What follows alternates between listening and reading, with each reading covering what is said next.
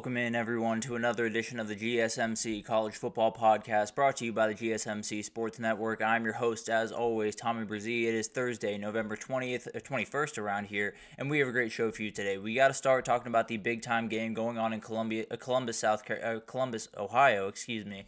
Indiana, Ohio State, a huge game this upcoming weekend that has gotten Twitter very, very mad over the last couple of days. Then we'll get into a couple of SEC games that might be a little bit upset alerty. We had Ole Miss going to Gainesville for a big game against Florida, as well as A&M going to Jordan-Hare at night to play Auburn. Two huge games that could totally shake up the CFP race. Then we'll get to the 12-team playoff, talk about some of the consequences that are starting to show from the 12-team. Obviously, nothing that is too aggressive, but definitely some things to be on the lookout for the next couple of weeks and really the next couple of years in college football. Then we'll get to Week 13 whip around. We'll get to all the top 25 teams, not quite all of them, but a lot of the big-time games that you're going to want to be watching for this upcoming weekend. Definitely a ton of them, including Miami, trying to bounce back after a bye week. Then we'll get to my hot takes around the playoff. I have a ton of different ones, including one around the auto buy system that I think we just probably need to do away with it. But we'll get into that all at the end of the show. Definitely stick around for that. But before we jump in, I do want to remind you all we get tons of questions and comments throughout the show.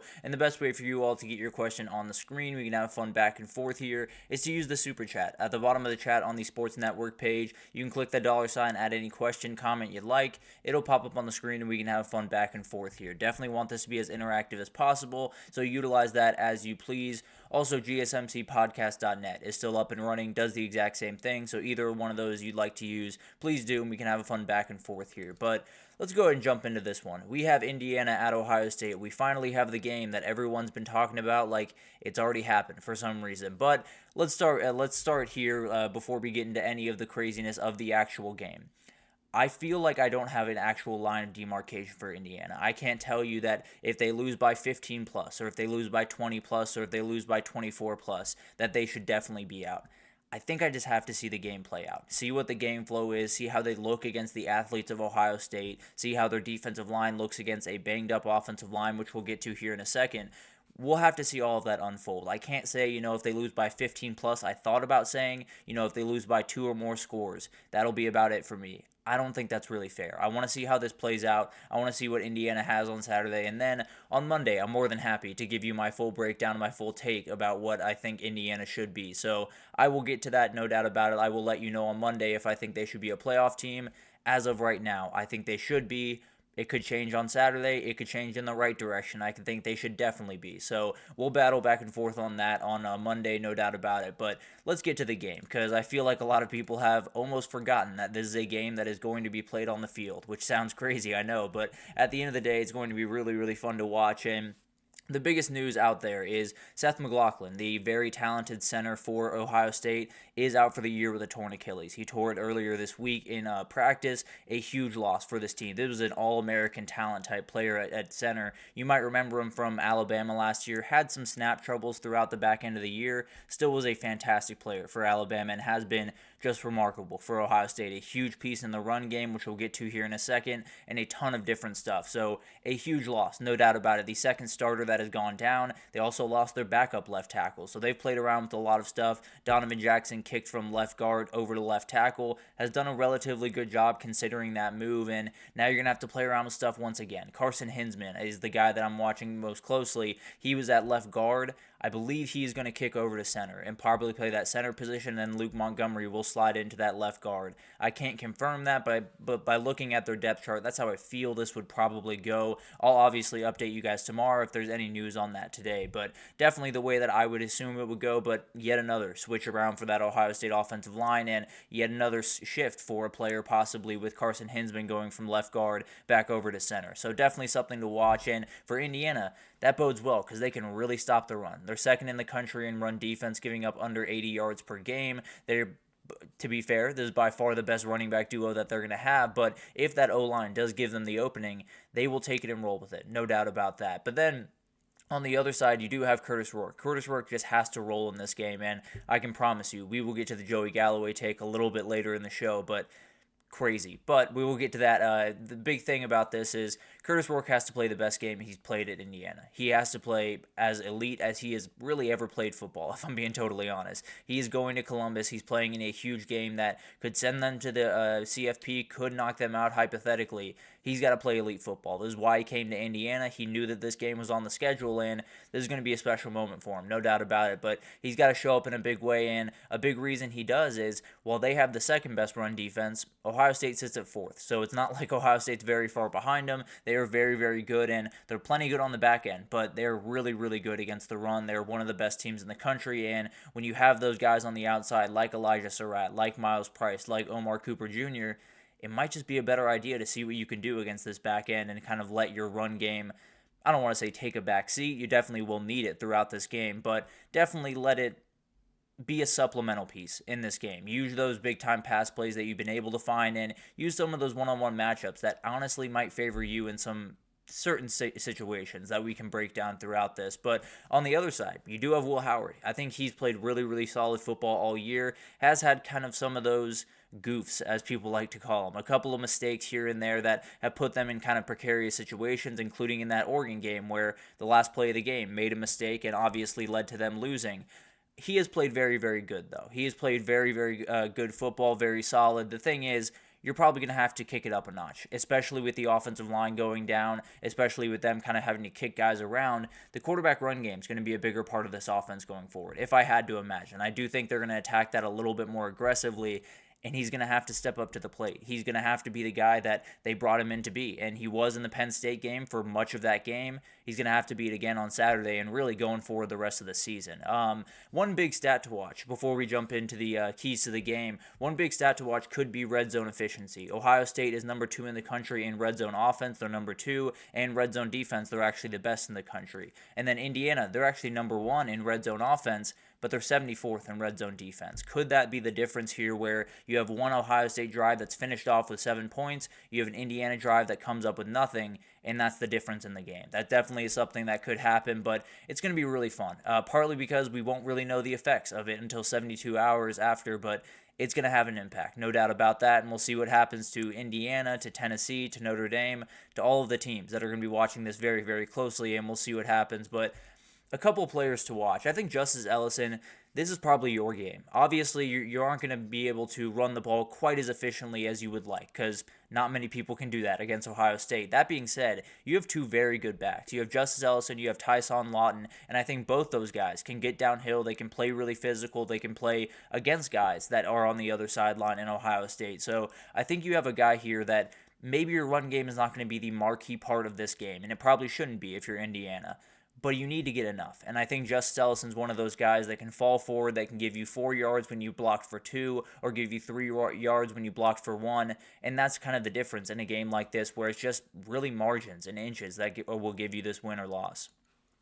And then Michael Kamara. When he saw that news that Seth McLaughlin went down, I have to imagine his mouth started watering, because this dude is going to go to work on Saturday. He is one of the best D linemen, not only on Indiana, not only in the Big Ten, but in the country. He's been absolutely incredible, has rushed the passer very well, but also can be a force inside. An incredible, incredible player that absolutely can make Ohio State pay, especially with that offensive line struggling. Wouldn't be surprised if number 6 was just all over the field on the defensive side of the ball for Indiana.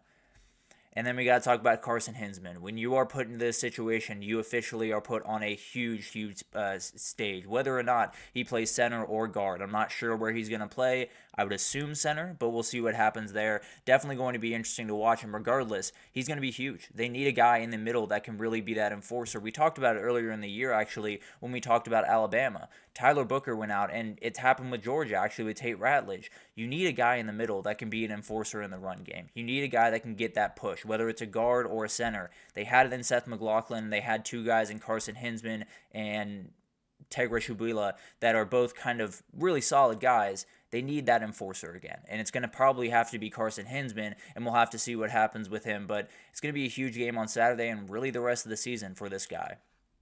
And then Denzel Burke. We talked about it with Indiana. They have some dudes on the outside. They have dudes that absolutely can do one-on-ones with some of these quarterbacks for Ohio State, so they're going to have to show up. Denzel Burke, Davison Igbinosun, all of these guys are going to have to be big-time players, and this is the moment to do it, no doubt about that. But Some keys to the game. Indiana, you got to ignore the noise. This week has been absolutely insane. People are talking about you don't belong in the playoff. People are saying that you aren't that good. People are saying that you haven't played anyone.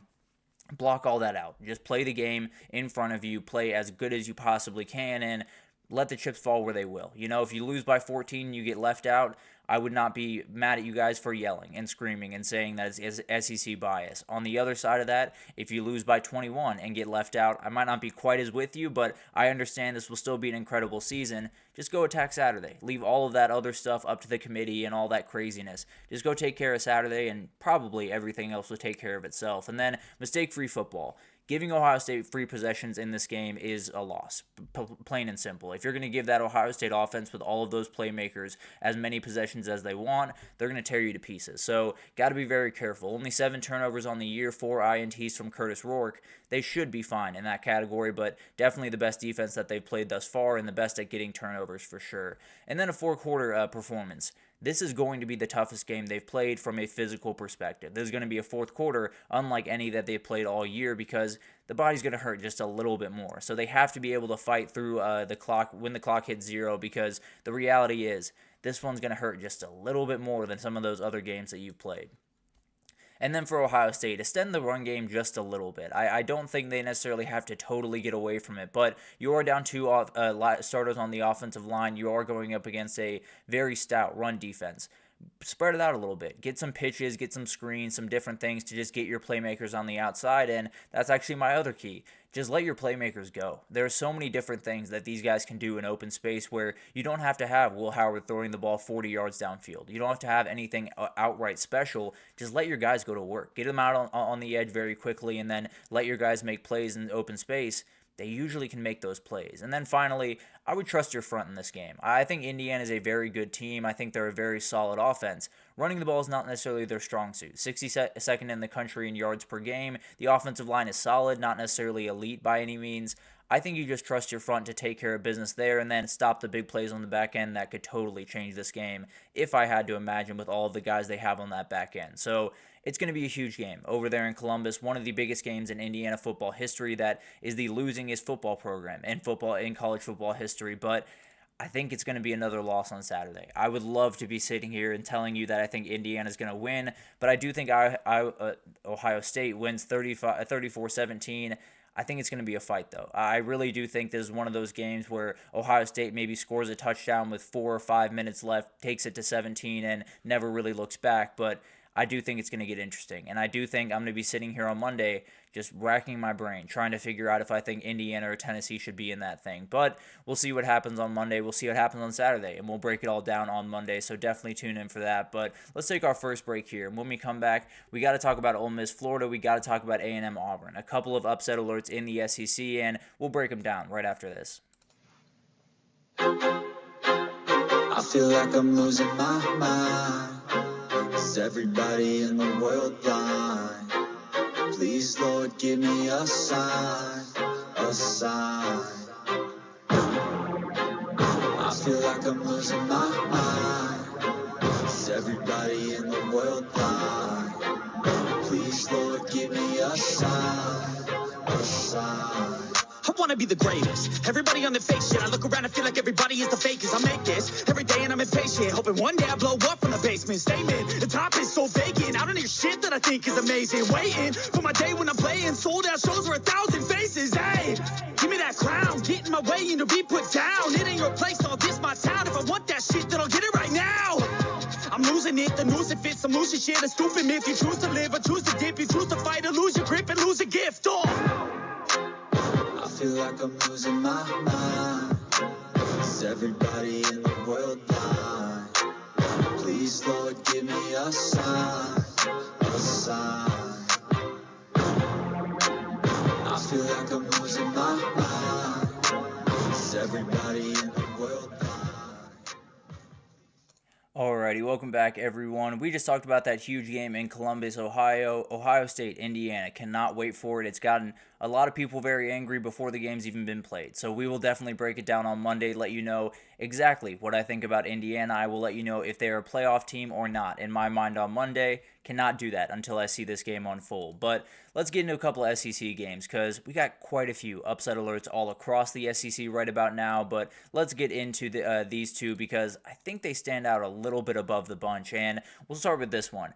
Ole Miss goes on the road to Florida where the CFP hopes of LSU came to an end. It is the graveyard of those CFP hopes for LSU, and now Ole Miss is going to try to at least get it done. The good news for them is the sun will be shining for this one. It will not be at night. You will avoid the swamp at night, which even Jordan Watkins admitted is a very big deal for this team. So a huge game, definitely one that I'm very much looking forward to. And the big news is DJ Lagway has arrived. If you watched that game on Saturday against LSU, you came away thinking the world of that kid because the throw that he made to Elijah Badger is not a normal throw by any means. That being said, it is going to be a much better defense on the other side. It is going to be a much better D-line on the other side in Ole Miss, and he's going to have to use that momentum from last week and really start playing free, just play with confidence, and really, with Florida State on the docket, I hate to say this, even with Florida State, but you're probably okay. You probably can lose this game, so I would attack. Go full throat, trust yourself, rip the ball around the field, and frankly, when he does that, a lot of good things happen. And the other good news on the other side is Ole Miss is getting Trey Harris back for this game. After the bye week, he is fully healthy finally, and this is a huge deal, not only for this week, but really going forward for their CFP hopes. They definitely need that guy on the field, and we'll see what happens. I believe Henry Parrish will be back for this game as well. That's going to be one of the players we talk about here in a second, but definitely going to be something to watch. Can Trey Harris have the effect? Is he back to 100%? Is he still a little bit gimpy out there, or is he back running? And if he is, then Florida's going to have their hands full, no doubt about that. The D-line for Florida needs to get home. There's no doubt about that. You have Jackson Dart. Jackson Dart is a incredibly good player and really will pick you apart if you allow him the time to do it. No doubt about that. So you got to go get him. And if you can't really go after him, if you can't get to the quarterback, then your offense has to go punch for punch with one of the best offenses in the country. That is not what you want to do by any means. Even if you had, let's say it's a Texas-Florida type game, but you have DJ Lagway on the field, you'd have to score 50 points in that game if you wanted to win this. So it was going to be very tough in that one. It would be very tough in this one if their defense played to that same level. Obviously, has gotten better, has gotten a couple of guys back, so very different situation, but definitely something to watch where if they can't get home, it might just be a shootout that Florida has to win. But it's going to be a really interesting game because if Florida can throw that first punch, what happens to Ole Miss? That's kind of my biggest question here. If Florida hits that first big pass play over the middle and Elijah Badger scores a touchdown early on in this game, does Ole Miss get a little bit worried? Does Ole Miss start to really misthink and start to second-guess themselves, or are they able to kind of keep their minds clear, attack what's in front of them, and take care of business? It's going to be an awesome game to watch, and Jaden Ball is going to be an awesome player to watch in it. He obviously had the big play against LSU, one of the cooler moments in Swamp history, really, as far as I'm concerned. Very, very cool moment, and Jaden Ball is one of those players that continues to play really good football. Him and DJ Lagway have a lot of Florida fans incredibly excited about 2025, and they very much should. These are very fun players, and I think Jaden Ball is going to be one of those guys against a team like Ole Miss where you're going to have to get the run game going one way or the other. You can't afford to have nothing on the ground, especially against this D-line, and then just hope that DJ Lagway can make every single play. You need your running backs to help out, and Jaden Ball is probably going to be the main guy there. Shamar James, the linebacker for Florida, was incredible last week. Won SEC Defensive Player of the Year and was just all over the field. And especially as you get into this back half where so many of the guys contributing, so many of the guys putting things on the field are young guys or are transfers or are pieces that are not necessarily quite as familiar with what Florida is. Shamar James is. He knows exactly what this Florida team is about, knows exactly what this university is about. He needs to be on attack mode for the rest of the season. If he can finish this thing 7-5 and possibly leave the Florida program much better than he found it, it's going to be an incredible accomplishment for him, and definitely a moment on Saturday where he can string together two incredible wins to finish off his college career.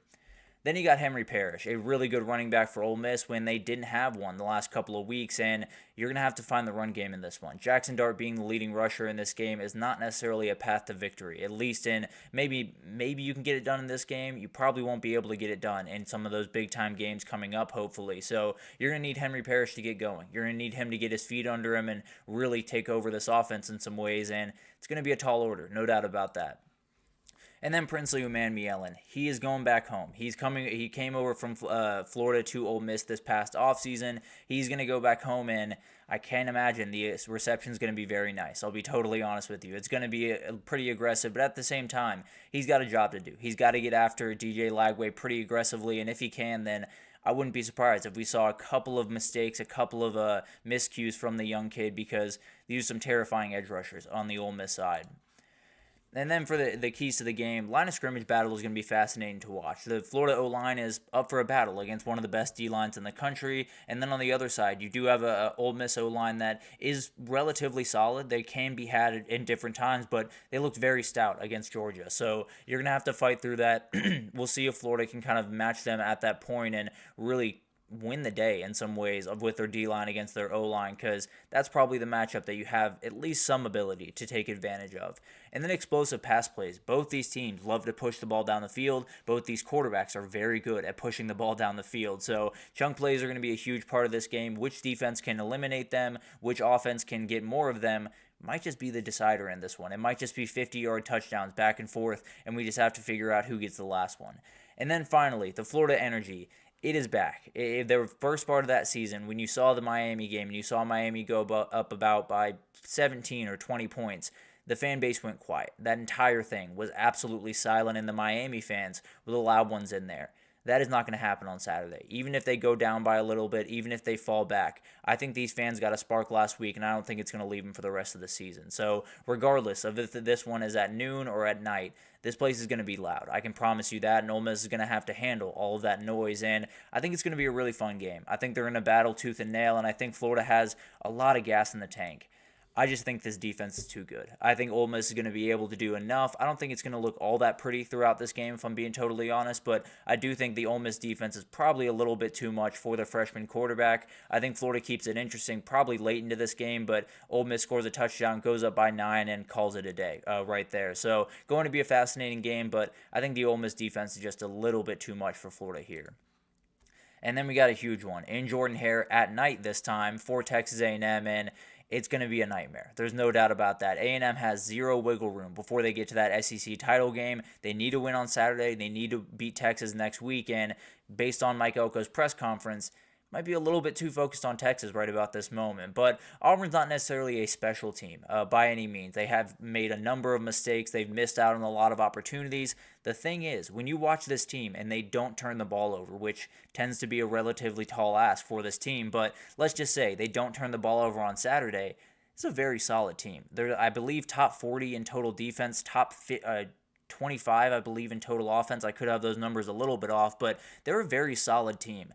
They just turn the ball over. They just hand the ball away way too often to the other team. If they can avoid that on Saturday, especially a Saturday night game in Jordan-Hare, it's going to get loud in a hurry, and it's going to be really aggressive, and I think this is going to be a very, very tight game. So if they can avoid those mistakes, if they can avoid those little things, and frankly, coming into the season, I looked at this Auburn team and said, probably not a team that's going to be a real danger in the SEC, but I think they have one in them. I think they have that one game. I think they have that one performance that totally turns the heads of people in. They got 2 more chances to do it. A&M and then Alabama next week. We'll see what happens there, and we'll see if they can get this huge win and definitely set themselves up for big success in 2025, because it feels like kind of like Florida going into last week. They're just waiting for that big last spark. This could be the week that you get it. And then the Auburn O-line has played a great game. Or either they're going to have to play a great game, for them to get this one done, because the pass rush is absolutely for real. And if you get to Peyton Thorne, the mistakes are going to come shortly after. That has been studied time and time again. And if you can get after this quarterback, he is going to make a couple of mistakes, and he's going to hand you the ball a couple of times. So the Auburn O-line probably has to be your best game of the year. This is a very aggressive defensive line, and they're going to come after you really aggressively. You got to give this guy time so he can go through his reads and not have to force balls, because then you're in trouble. A&M, just win by 1 point.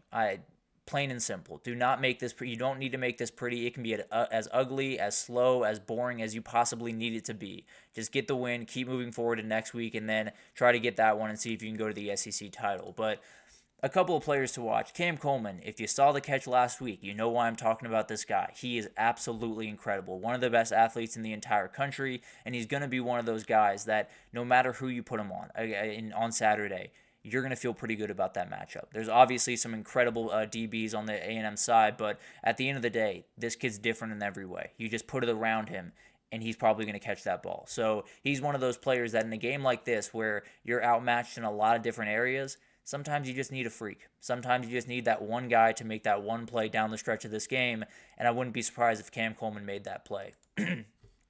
And then you do have Keldrick Falk, the D lineman for Auburn. They're going to have to get after the quarterback in this one. You have such a talented, such a mobile quarterback in Marcel Reed. If you have a D line that is very athletic like Auburn's is, you should be able to slow him down. That being said, it's obviously going to take very good play from all these D linemen. They're going to have to really get out on the edge. Jalen McLeod, another one to watch. They're going to have to really get out on the edge and make sure that this quarterback run game is not a huge factor, because especially without Le'Veon Moss, you take that quarterback run game away, this is a relatively, I don't want to say benign, but a relatively normal rush offense. Not necessarily elite, not necessarily bad, but not necessarily at the level that it had been with Le'Veon Moss. If you can take away the quarterback run, a lot of things open up in a hurry.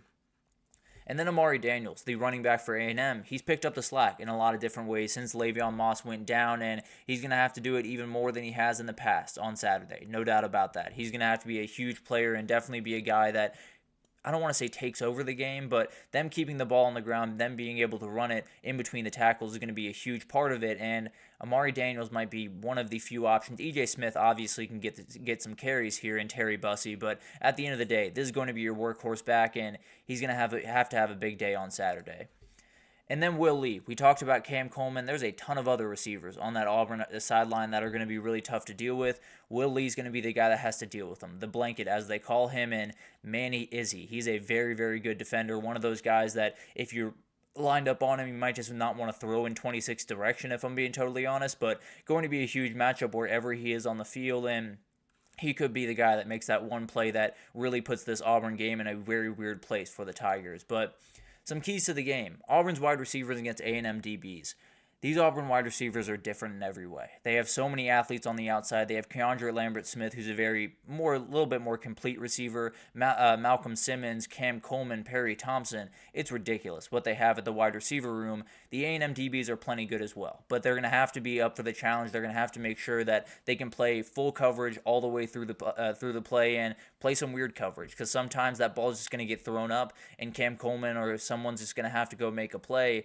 That's when those DBs could get exposed if they're a little bit off schedule, if they're a little bit off kilter, and these athletes just can go up and make a play. And then I think can Marcel Reed get running in this game is a huge part of it, because this A&M run game has taken a hit with Le'Veon Moss going down. The Auburn D-line is a very athletic group. If they can slow down Marcel Reed, this thing gets interesting in a hurry, and you force them to pass more often. Not necessarily the way that they want to go about business if you're A&M. And then, is there any look ahead for the Aggies or really for the Tigers in this one? Are they looking ahead to those big rivalry matchups that are going on next week? A&M, one of the biggest games in the last decade when they play Texas next weekend, if they were to win this game. So it's going to be really interesting to watch this one unfold, and I think Auburn has a little bit of an opening here. I just don't think they're able to walk through it. I don't think this is a team that has the ability to avoid mistakes against a very good defense. I think they're going to get attacked on the offensive line, and I think A&M gets a win here. I don't necessarily think it looks all that pretty throughout. I'm going to be totally honest. I think it's a little bit of a slog fest, but I think A&M gets it done, and I think they move forward to that huge one next week against Texas with I apologize, with a lot of things still on the table. Apologies for that, but going to be an incredible couple of games to watch, and cannot wait to see those unfold. But now, let's take our second break here. When we come back, we got to talk about the consequences of the 12-team playoff. They're starting to show. Lane Kiffin's comments earlier this week, a couple out of conference schedule things that we got to talk about. So we'll break it all down right after this, so stick with us. Looking for your daily fix of sports talk without having to pay for it? GSMC Sports Network is available on YouTube. Just search GSMC Sports Network. Get your fix of daily sports talk shows on YouTube, absolutely free. NFL, college football, NBA, MLB, MMA, UFC, fantasy football, and so much more. GSMC Sports Network has shows running all day long, with new sports shows starting every 2 hours. Just like on your favorite cable sports channel, except GSMC Sports Network is absolutely free. Just search GSMC Sports Network on YouTube to catch one of your new favorite shows, like the GSMC College Football Podcast, Chip Shot Football Podcast, Hoops and Heels Women's Sports Podcast, GSMC Basketball Podcast, and so many more. Check it out for yourself. GSMC Sports Network, now available on YouTube absolutely free. Search GSMC Sports Network on YouTube right now. Alrighty, welcome back everyone. We just talked about those big games in the SEC. Ole Miss goes on the road to Florida. A&M goes on the road to Auburn.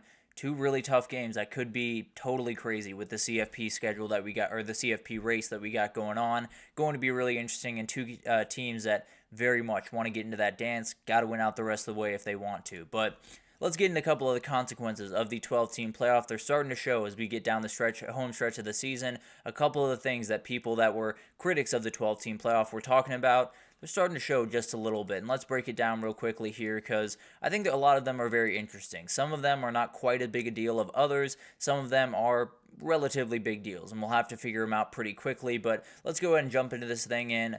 We'll start with Lane Kiffin. He made some comments yesterday talking about the conference title race and talking about how some coaches out there are just not very interested in the conference title, because what if you do go and then you get knocked out? What if you do go and you lose by 30 points and you get knocked out for a team that has maybe less losses because they didn't have to play in that game? That is something that a lot of people are worried about, really across the sport. I don't think that's necessarily a crazy thing to be worried about, and Ward Manuel did not make it any easier. He was asked about this at the end of the show on Tuesday, I believe, and he was talking about it and said, we are going to evaluate teams through their conference title race. How is that possible? How are we allowing them to knock a team that got to the SEC title, got the luxury of playing in the SEC title, and then fell? I never understand why we would punish those teams, and frankly, you really just can't do it. I'm not saying that it won't happen, but it kind of can't happen. If it does happen, let's just say that Alabama gets to the SEC title. They play Texas, they lose by 21 points, let's just say, and they drop behind Tennessee. I'm telling you now, the Big Ten and the SEC would have their own postseason set up by March. I'm just being totally honest. It would be over. From that moment forward, it would be over. The entirety of college football would change essentially overnight if you did that. So they can't do that. They have to, have to, keep these teams. Not only do they have to keep them in the field, they probably got to keep them as host teams. If you make your Big Ten or you make your SEC championship, and probably won't be quite as big of a problem in the Big Ten, likely could have been in different scenarios, but as of right now, it doesn't look like it's going to be too big of an issue. The thing I'm wondering is, I don't think you can even knock these teams out of the field. I don't think you can knock them out of a host position. I think you have to give everyone that played in the Big Ten or the SEC championship a host position, because frankly, those are the two guys that can pick up their ball and go play elsewhere. It's obviously not the ideal situation, obviously not the way that you want to be making decisions, but that's kind of the reality of this situation. If you were going to knock out someone that played in the SEC championship when, frankly, they don't necessarily have to, you're going to have a problem on your hands. Whether you're the CFP committee or the college football fans or the coaches or anyone, it is going to be a battle back and forth. I can absolutely promise you that. So if Bama goes and loses to Texas, or say Texas goes and loses to Bama, neither of those teams can fall out. If A&M goes and they lose to Bama, they can't fall out. We can argue all day whether or not they should, whether or not one team is more deserving, whether or not one team is better. But the reality is they're playing in a game that now can hypothetically do more harm to them than good, and it just cannot happen. We have to be able to reward these teams for making it to the conference titles, especially with a lot of the issues in the conferences right now, and we'll talk about that here in a second. We have to give these teams host positions. We just have to. Whether or not it's a Big Ten team, say, craziness happens and Penn State makes it to the championship and gets blown out by Oregon. That would be an 11-2 team that would not necessarily have all the wins that we would like to see them have. They would still have to get in. They would still have to host a playoff game, because if they didn't, Tony Petitti's come banging down your door and they're getting together with Greg Sankey and stuff's happening in a hurry. I'm just being totally honest. So it's one of those situations that we could talk about the resume, and we could talk about which team is better, and we could talk about, Tennessee did beat Alabama when they played them. So it would be a 10-3 Alabama against a 10-2 Tennessee, and I totally get the argument there. The thing is, you just can't do it. You can't do it because it would totally change the fabric of the sport pretty much overnight. You would have the Big Ten and the SEC coming together in a hurry, and you would have a problem on your hands pretty much by Monday after the Selection Sunday. So you have to be careful. That's all I'm going to say. With a terrible conference format that we'll get to here right in a second, it's going to be one of those things where if you earn your right into a title playoff game, or into a title game, you have to make the playoff. Period. End of story. Frankly, I don't think you should move down at all in the rankings, because if you do that, you have a problem on your hands that could totally change what college football is. So I understand what Lane Kiffin's saying, and I understand why that is a worry. If that is something that comes to fruition, welcome to the new reality of college football, which is AFC and NFC. But we'll see what happens there. Definitely going to be something to watch, and hopefully they don't punish anyone, because if they do, we got a problem on our hands in a hurry. Let's talk about that conference setup, because there are some issues with it. No doubt about that. It is a terrible conference setup that we have right now, and this is much less about the 12-team playoff, more about conference realignment, but it is affecting the 12-team playoff in a big-time way. You know, you have a Tennessee team, let's say, that has played a relatively tough schedule, has been, to different atmospheres, has played tough teams, has won a big-time game against Alabama, obviously lost the gross one against Arkansas, so that is something you can absolutely throw back at them. But I do think it is one of those scenarios where in a normal year in the SEC, without Texas and Oklahoma, without a couple of these new teams, and without no divisions, Tennessee's probably pretty firmly in the mix. They're probably pretty firmly in the 12-team playoff if this is not a situation where they have new teams coming in and the conferences or the schedules are totally different from one another. And we'll talk about Texas here for a second. I think they're a great team, no doubt about that. I really do think this is one of the most talented, one of the highest ability teams in the world. There you go Buffs, yes sir. It's going to be incredible to watch this unfold, but I think you look at Texas, they're a very good team, no doubt about that. If they lose to A&M, they should not be in or around playoff contention, and I very much do mean that. I think if you're going to get into the playoff, you have to prove that you can play on the field with one of the elite teams in the country. They didn't prove it against Georgia. If they don't prove it against A&M, they should not get in. I don't care if they're 10-2 and they have a couple of really good losses. That is one of the more annoying things that I've been hearing around the CFP right about now is good losses. They're losses. Let's just move forward. Let's figure out how we're gonna discern this. And overall, I think for Texas, they're a very good team. If they go 10-2 and they get in over Tennessee, we got a problem on our hands. I'll just be totally honest. And then on the other side, you do have Penn State. Let's say Penn State were to lose another game. No world where they should be in. They haven't won that big-time game. They played Ohio State tough. Ohio State gave them plenty of chances to play them tough, no doubt about that. So it's going to be really interesting to watch all of this unfold, and definitely in pretty much every conference, it's going to be fascinating to watch this unfold, but particularly in the SEC. That's the one where you see that big-time logjam. That's the one where you see all those big-time issues, and this is something that just needs to be fixed. And I do tend to believe that it will be fixed, at least from a perspective of schedule imbalance. I do think they'll figure this out. I don't know if they go back to divisions. I don't know if they go to a pod system that the SEC was talking about. But at the end of the day, they got to get this fixed. It can't be Texas has only played Georgia and A&M by the end of the year, but Georgia's played Texas, Ole Miss, Alabama, Clemson, and Tennessee. That can't be the format that we go forward with. That can't be the way that this works out, because in a normal format where everything was totally even, I think we'd have a very different rankings of these SEC teams right about now. So that's the one where you really see the issues, but definitely something to watch as we get a little bit deeper into this thing. And then out-of-conference schedules, because there are some implications here, especially in this season in particular, and I want to make this very, very clear. I am not trying to tear down Indiana. They have been the example that a lot of people have used, but I'm not trying to tear them down. I think they are a very good team. I think they are relatively worthy of where they should be right about now. But Indiana did play a very, very bad out-of-conference schedule. They played FIU, Western Illinois, and Charlotte.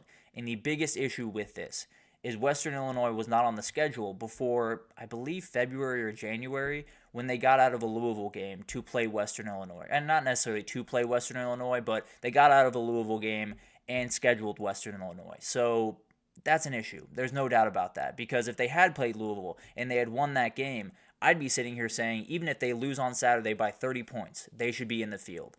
But they didn't play Louisville. They played Western Illinois, so they're in the situation where they have to go prove it on Saturday. So this is one of those issues where I don't want to say you're rewarding Indiana for playing nobody, but you kind of are to a certain degree. You kind of are putting in, the biggest issue would be if they put them in the field, if they lose by 25 to Ohio State on Saturday and still put them in the field, then you'd really be rewarding them for an out-of-conference schedule that is not very talented and not very good. So definitely something to watch there. And then Ole Miss doesn't get off with this by any means. The best out-of-conference game they played was Wake Forest. So not necessarily all that tough, and really lay up games the rest of the way. They got ready for the conference schedule, 4-0, dominating teams. People thought they were one of the best teams in the country, and since conference play has started, they had 2 losses, but they had 2 losses to play around with. That is kind of the approach that a lot of these teams are taking, and I can't necessarily blame them for taking it. If you're going to reward some teams for not necessarily playing really tough out of conferences, I'm not going to play a tough out of conference. Why would I play a tough out of conference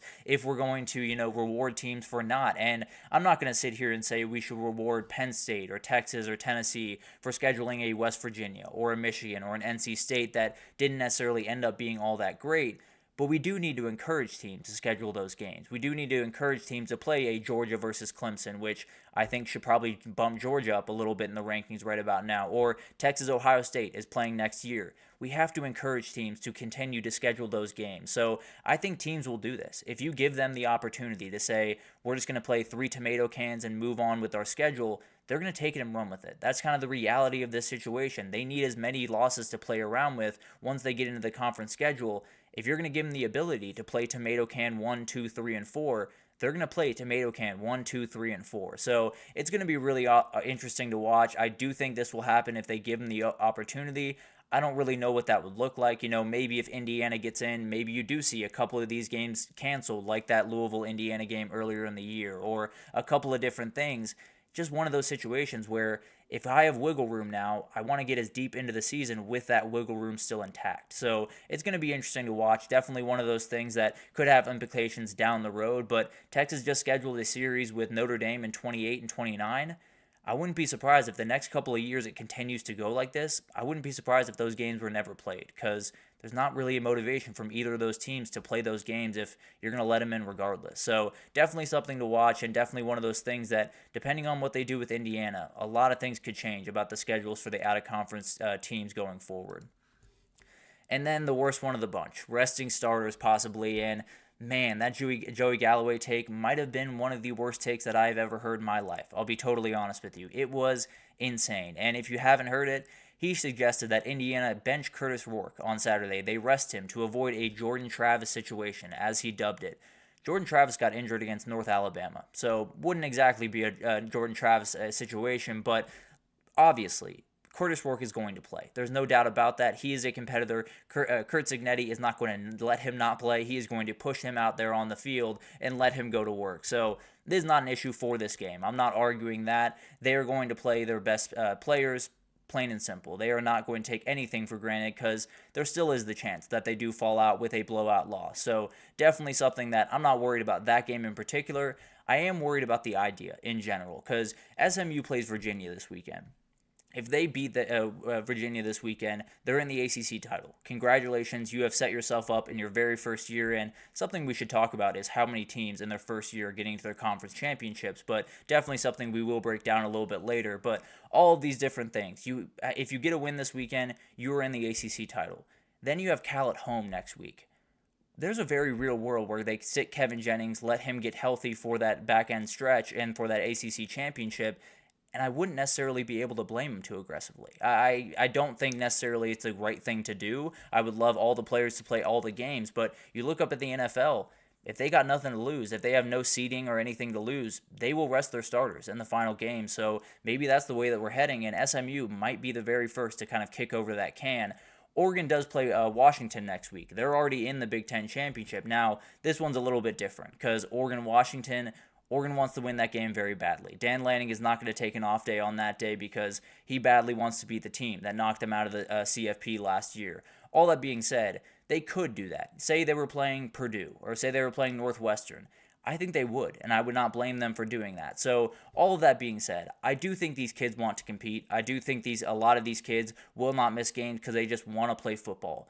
I also do think there will be business decisions that have to be made, one way or the other, because you look up the NFL, it's the perfect example. It is a conference, it is a league that is very, very tough to deal with, and it's one of those things where sometimes you just got to rest your body towards the end of the year. I don't necessarily think it's going to happen too much this year, but if people look around this time next year and say, we're pretty much in the 12-team playoff, we might as well rest a couple of these guys and continue on our way fully healthy, it's one of those things that's almost just bound to happen at some point. We'll just see how quickly that it happens. But Overall, I've really enjoyed this year. The 12-team playoff has given us some great things. It's given us some not so great things. But you do see some of the examples that people were saying when they said it would ruin the regular season. I didn't necessarily fully agree with that, but I understand where a lot of those people were coming from, because now you're looking at maybe 5 years down the road. Teams aren't scheduling tough out-of-conference games. They're resting starters in the final week or maybe final weeks of the season, depending on the scenario. And the first couple and the last couple of weeks of the season are relatively bland. Obviously, you'll have the rivalry. Obviously, you'll have big games. No doubt about that. You'll have teams fighting for their lives.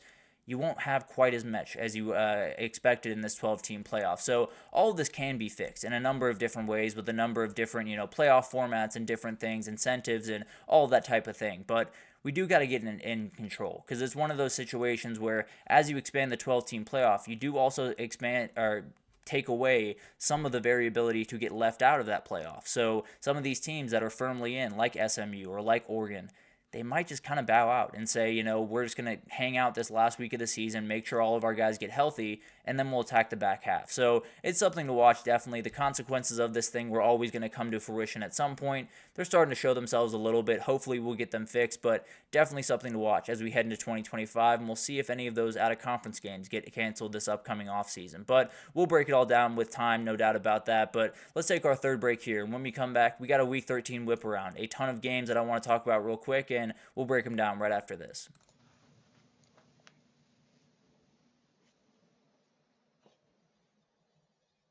For the best and latest podcasts available anywhere, go to the podcast app on your cell phone and type in GSMC to access free content-rich podcasts on health and wellness, book reviews, sports, entertainment, relationships, social media, movies, technology, finance, and even weird news. Subscribe and download the GSMC Podcast Network's family of shows, available everywhere podcasts are found. Alrighty, welcome back, everyone. We just talked about some of the consequences of the 12-team playoff just starting to rear their head just a little bit. We had Lane Kiffin's comments about the conference title games. I have a couple of crazy suggestions to rest some starters, but definitely some things to be worried about as we move forward with this 12-team playoff. But let's get into a little bit of a whip around. We have a ton of different games that I want to get to here really quickly, and a ton of ranked games that could have a lot to do with what the CFP race is going forward. But let's start over in the Mountain West. A huge game between UNLV and San Jose State this Friday. Going to be one of those games where UNLV is one of those teams, kind of like Clemson right about now, where they're just waiting for a loss. They're waiting for a loss from Colorado State to open the door where they can get into that Mountain West championship, and we'll talk about that game tomorrow. They have a pretty good shot to lose that game, but we'll break it down tomorrow in more detail. But Malik Williams has been absolutely incredible since taking over for quarterback from Matthew Sluka. Only 3 INTs, 22 total touchdowns, has over 2,000 total yards on the year, has executed this offense at a very, very high level, and has continued that rise for Brennan Marion, the offensive coordinator, a very talented guy that would not be surprised if he was a head coach somewhere this time next year. But the other thing that's going to be very special to watch in this game is the wide receiver groups. If you are not watching Ricky White and Nick Nash, you're not doing the right thing. These two guys are so talented. Frankly, Nick Nash is my Biletnikoff winner right about now. They are going to make special plays. I absolutely promise you that. Ricky White, not only catching the ball, on punt block, he can make some special plays. He's had 3 punt blocks this year by himself. Absolutely insane. And I do think this UNLV team will have enough to get it done. But this is going to be a really good one on Friday. This is going to be an awesome game, and definitely could send UNLV right into the Mountain West Championship, could keep them right on the outside looking in, depending on the result. Then we got Wake Forest, Miami. Going to be a very interesting game because Miami's coming off a bye, just looking for a comfortable win. Looking for a win that gives them a little bit of time to breathe, a little bit of time to catch their breath, and then you got to go attack one against Syracuse. That's going to be very, very tough away from home. So this should be a place where you can do that. This should be a place where you can roll, keep it moving. Now, Wake Forest is going to test that Miami run defense that really struggled against Georgia Tech a couple of weeks ago. Damon Claiborne is a really, really talented player. Over 900 rushing yards on the year, has gotten over 90 yards in the last 3 games. A very, very tough player. One of those guys that if this Miami defense, especially this front 7, does not come ready to play, could be a player that kind of takes over this game and slows it down to a degree that Miami offense does not want to happen. So this is a spot where Miami's just got to roll, and then they can turn their focus to Syracuse. If they've already turned their focus that way, then maybe Wake Forest can shock the world here. That line being at 8 makes me a little bit nervous. I'll be totally honest with you. I think, to be honest, I didn't change the line. That's why it's weird to me, because the line is 24. I apologize for that. Forgot to change that line fully, but it is 24. It is not 8. If it was 8, then I'd be very, very worried. But they should be fine in this game. I do think they're going to win. I do think the worry meter might go a little bit up with some of the struggles. If they do struggle in this game, then I'll be very worried about them when they go on the road next week. But as of right now, I think they'll win this game with a 24-point margin there. Then you have SMU, the other team in the ACC that's trying to battle for a spot in that title game, and they can punch their ticket on Saturday. If they get this win, they're officially in the ACC title in their very first year, and you look around the way, Colorado and Arizona State looking to do that in the Big 12, Texas looking to do that in the SEC, Oregon's already done that in the Big 10, so could be every single conference that has someone new in it, which would be just absolutely insane and not the way I saw this going at all. Texas would be the last one there that really needs to hold up their end of the bargain. Feel pretty confident that the Big 12 is going to give us at least one new player. Oh, excuse me, did not mean to move on that quickly. SMU is looking for a little bit of a bounce back after a relatively rough performance against Boston College. They got it done, they won by 10, but it was a little bit ugly at different moments and definitely need to work on some of the defensive issues. But Virginia, trying to play spoiler again after 2 weeks ago, they beat Pitt, kind of ruined their season. Obviously got kind of skull-dragged by Notre Dame last week, but it should be a fun game, and I think these two offenses are really going to go at each other. I think Coulandria against Kevin Jennings is going to be a really fun quarterback battle to watch. I do think SMU is going to get this win. I think they're going to punch their ticket to the ACC championship, but I do think it's going to look a little bit ugly on the way there. I think it's going to be one of those games that they just have to gut out at the end, make that one big play, but I do think they make that play. I do think they get the win. I just think it's a little bit ugly than some people are thinking right now. Then Kentucky, they head over to Texas, and the crazy stat about this game that some of you might have seen floating around Twitter, online in general, this is the furthest west that Kentucky has ever played a football game. They played back in Austin about back in the 50s, I believe, when Bear Bryant was the head coach, and they're back in Austin for the most recent time since then, which is absolutely insane, but that's where you are. That's absolutely crazy stat, but even including bowl games, this is as far west as they have gone. Maybe it'll change that at the end of the year with a bowl game. Who knows? But Quinn Ewers needs to have a good game here. There's no two ways about that. He has to be better moving around the pocket because Kentucky can absolutely get after him. He has to hit a couple of those big plays, and more than anything else, he's got to get help from his run game. It was very solid towards the end of the game last week against Arkansas, but it's going to have to be a factor pretty much throughout this one if they want to have the effect that they absolutely can have on that side of the ball. So going to be really interesting to watch this one, and really more than anything, this is a game where Texas just cannot look ahead. They cannot get caught up on that big game next week. They have to make sure they take care of business because this defense can make you pay. They showed that against Ole Miss, and you're going to have to be very careful. I do think Texas wins, but the results can vary greatly. They can absolutely blow out this team. They can play a really close one, really tough. They could lose this game. It all kind of sits on the shoulders of Quinn Ewers. If he has a great game, I think they could win it by 25. If he has a mediocre game, I think they could win it by 3 and just get out with a win and move on to next week. And then you do have Penn State, Minnesota, another one of those kind of upset alerts. They're going on the road to play a Minnesota team that really wants that one win. They really want that one big-time win. We talked about Auburn early in the show. Minnesota's another team kind of sitting on the outskirts of the Big Ten, but really wants to ruin one of the seasons of the guys up top, and Penn State finds themselves in the same boat as Texas. I think impressive wins would help them at least give themselves a little bit of a buffer. I don't think they have quite the buffer that Texas might have in this one, but overall, I do think it's one of those games where if you can flex your muscles a little bit, you will get that committee to feel a little bit better about pushing you up to a place where you're likely safe, even with a loss in the last week. I would be surprised if they do lose in the last week to Maryland, but this game is definitely one to watch. And I think when you look at Penn State, they haven't necessarily been great on the road. They obviously dominated Purdue last week, but just about everyone does that. But they were rough on the road against USC. They did get an injury against Wisconsin, which hurt them a little bit differently. But maybe Minnesota, with all of those fans kind of really intact in this thing and definitely wanting to ruin Penn State's season, maybe there's a little bit of juice in that stadium. And maybe the Penn State road woes that they've kind of dealt with are going to come back to bite them just a little bit here. But I think if they win this game, Penn State is probably in the CFP. Much respect to Maryland, obviously, but at the end of the day, I feel pretty confident that they would win that one at home. And even if they didn't, I think there would be a slight opening, especially if a couple of different teams lost, but you don't want to leave anything up to chance. Want to win out the rest of the way and make sure that you're in that field, but this is going to be a tough one to make sure you do it in. I think they get the win, but maybe they don't cover that line. We'll see what happens in this one. Boise State at Wyoming, a huge one. Ashton Jeanty continues to roll on, and they're kind of in uncharted waters. They are the first-round bye team.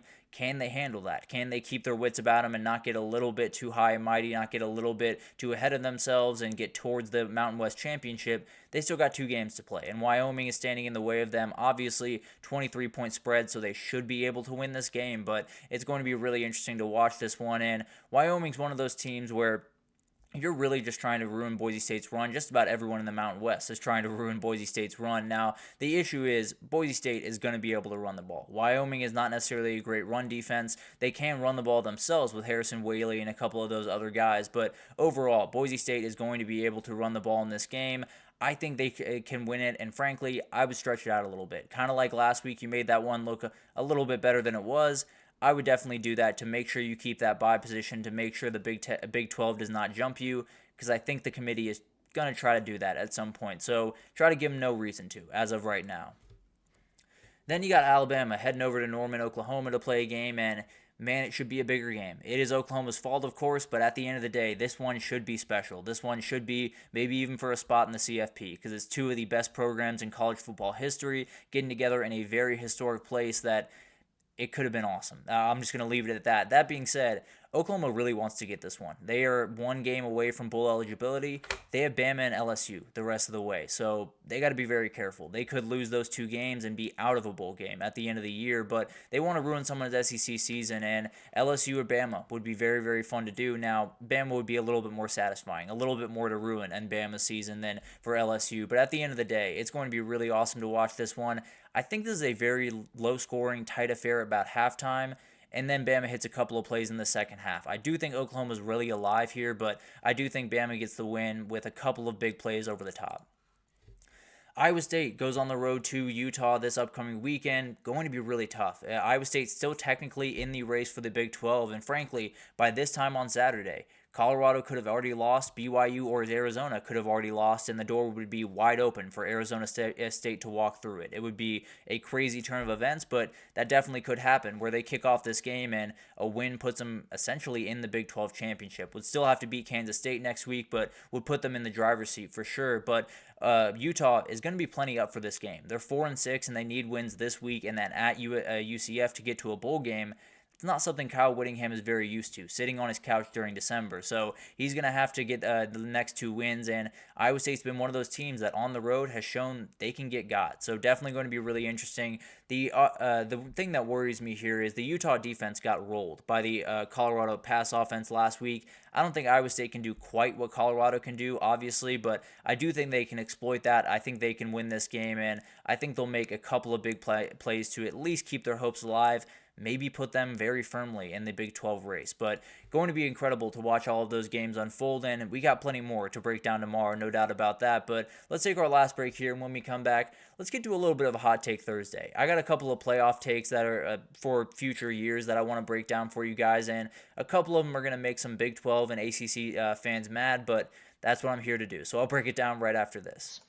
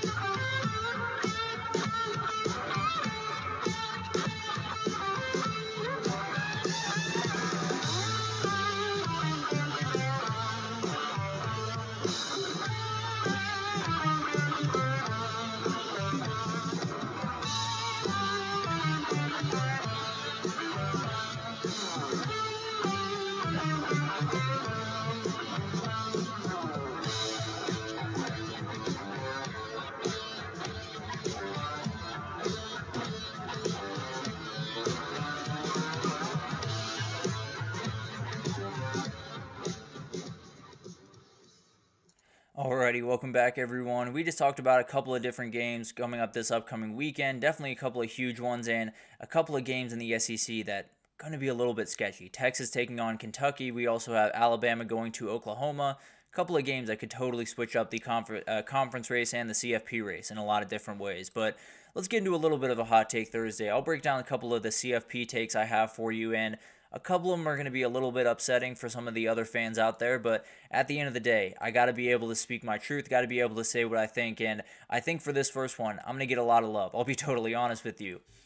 We got to change the selection committee. And first of all, this is not an attack on those people or the work that they do. I do believe that they do the best they can. I do believe that they are very good people. I do believe that they are trying to do their best. That being said, we have to get other people in there, very respectfully. Now, there are very qualified individuals. There are players, there are former players, there are former coaches, there are reporters in there. There are not nearly enough of them. 9 of the 13 people are ADs at a certain university. And not to say that ADs don't know enough about football, but to say ADs don't necessarily have the emphasis on football that I would like them to have if they're going to decide who is playing for a national title. Plain and simple. I really do think that this should be fully comprised of former coaches, former players mainly, those two groups, and then you have a couple of media personalities. I really do think that's the best way to go about it. People will argue tooth and nail of who the media personalities should be, who the biases of those media personalities are. Will Nick Saban put on for Alabama? All of these different things absolutely will come up in the conversation. I'm not arguing that. But I would argue it would happen even more when you're talking about an AD or when you're talking about someone that might not have the inside knowledge of a football program, of a football team, where a Nick Saban would, or where maybe a Joel Klatt would, or maybe a couple of these other guys, Danny Cannell, a couple of these other guys absolutely would. So you're going to have a battle, one way or the other. You are going to have biases in that room. That is absolutely unavoidable because this is college football. This is sports. People are going to have biases when they walk in that room. I personally believe that former coaches, that former players will actually have less biases because they will understand what the football is being played in front of them. They will be able to discern which is the better team, which is the most deserving team, all of that type of stuff because they've lived all of those scenarios. They haven't necessarily seen them play out in front of them. They have literally been inside of those scenarios. So that's kind of the big difference to me. It's not to say that ADs don't do their best work or don't try their best or are downright bad at this. Is just to say we have to have people that have been on the field, that have felt those moments, that know what it's like to do what Oregon did last week, to play 8 straight games and go on the road and beat a team like Wisconsin, that knows how hard it is to do some of the things like play a full SEC schedule, that knows how hard it is to play a lot of these different really, really tough out-of-conference games. All of that stuff has to be taken into account, and not to say ADs don't do it, I just don't think they can do it to a degree that all of these other people can, that all of these other players, coaches, even media members can to a certain degree. So obviously, you are going to have biases in that room. The good news about having different media members in there is you can pluck someone from Fox, you can pluck someone from ESPN, you can pluck someone from CBS, and you would, hypothetically, you would have different biases in that room. A lot of people say ESPN is biased toward the SEC. They definitely are. And that obviously will lend itself to them kind of pushing that narrative. On Fox side, they'd rather have a couple of Big Ten teams in there. That would help them out in the next year when they come to the media rights deal. So they would want a little bit more Big Ten involved. And for CBS, it's a little bit of a mix. They want a little bit more Big Ten, a little bit more Big 12. It would be you kind of playing around with different stuff. And you'd obviously have to play around with this group and definitely not make sure that not the wrong people are in there. But let's be totally honest. Are we all okay with a ton of ADs just making the decision of who are the best football teams in the country? Are we all cool with 9 of the 13 people not having played football their entire lives or coached football their entire lives deciding who gets to play for the most prestigious trophy in our entire sport? That's the issue that I have. So whether it's Nick Saban or Reese Davis or Kirk Herbstreit or Joel Klatt or Josh Pate or whoever you want it to be, I'm more than happy to litigate that throughout the offseason. We have to have a different group. We just do. We have to have former players in there. We have to have former coaches in there.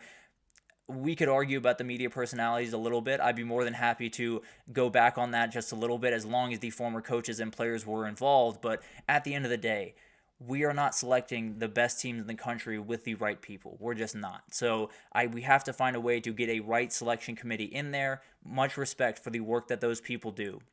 But as of right now, we are not seeing this play out the way that we want it to. I don't think any of us are.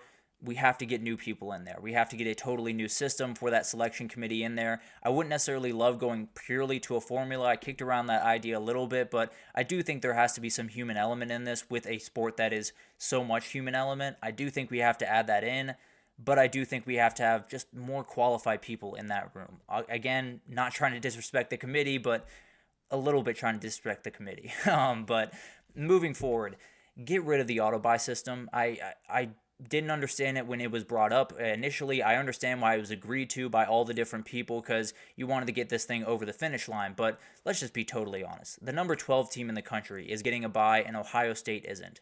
That's insane. It just is. I love Boise State, and I think they're a very good team. And with this format, they do technically deserve to be a top 4 team to be getting that bye.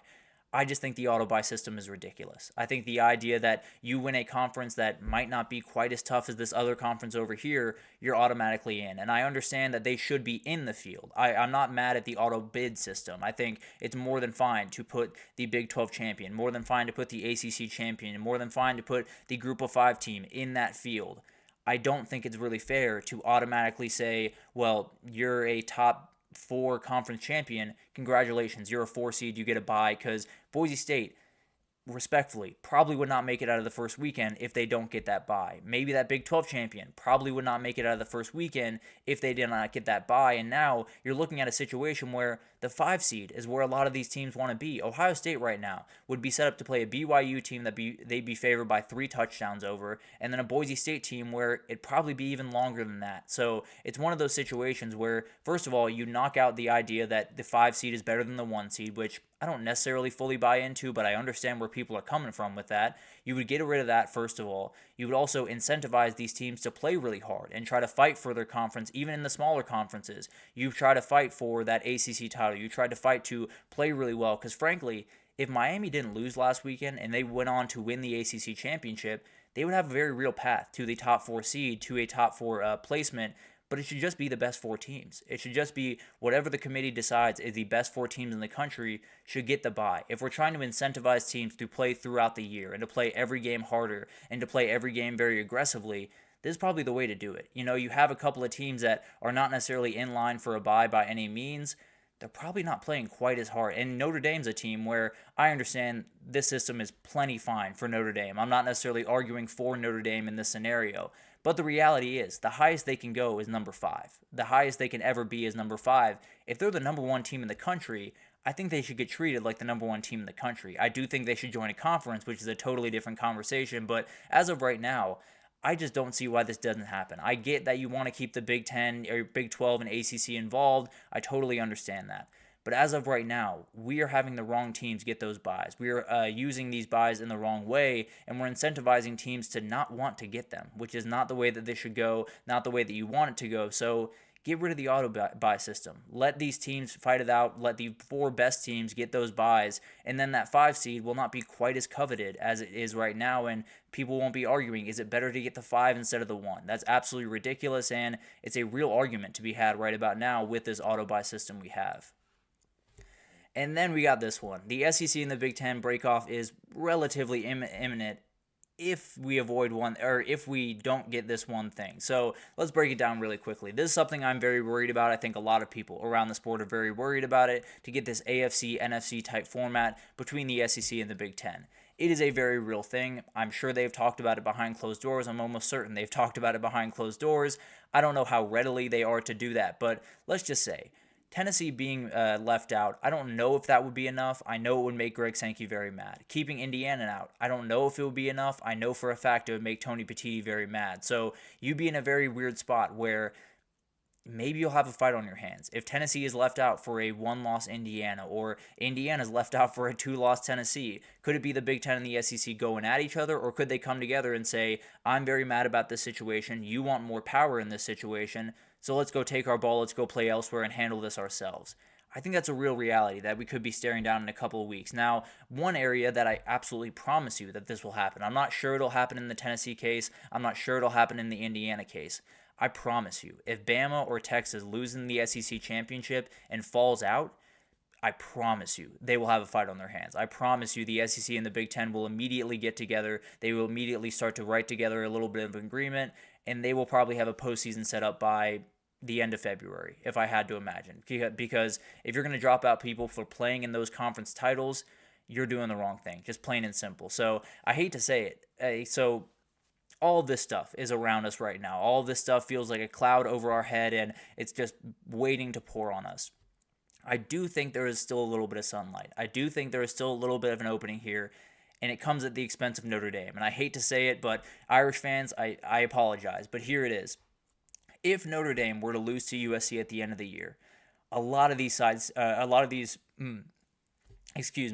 scenarios would be sidestepped for now. It would be sidestepped for this year. As of right now, I apologize to Irish fans, but them losing would solve a lot of problems. If they were to lose, I think Indiana, I think Tennessee would get in. I think the SEC and the Big Ten would not have a ton of gripes to be had, unless a couple of the teams fell out on the conference championship week or something like that. Other than that, they wouldn't have too much to get mad about other than the auto buys, which we already talked about. So it's going to be really interesting to watch. It might be unfair that all of this stuff is happening around them. It might be unfair that we might need Notre Dame to lose for the future of college football, but we might just need Notre Dame to lose for the future of college football. As crazy as that sounds, that might open a door where the Big Ten and the SEC aren't stamping their feet at the end of the day.